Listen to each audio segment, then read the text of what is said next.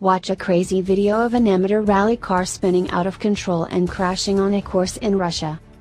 Dramatic moment: a rally car crashes on a course in Russia.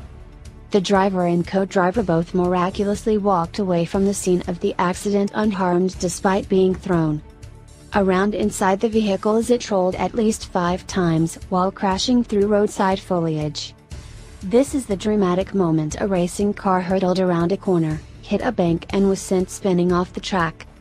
In the terrifying clip, thought to be filmed in Ozertsy, near the Latvian border in western Russia, one wearing an orange race suit and the other in blue, appear to have no serious injuries as they scrambled out of the vehicle and up the bank to safety. Onlookers rushed towards the smashed-up body, no doubt expecting to find the driver and co-driver in need of urgent medical attention. The car was bundled onto a trailer with its wheels taken off and all of its windows smashed in.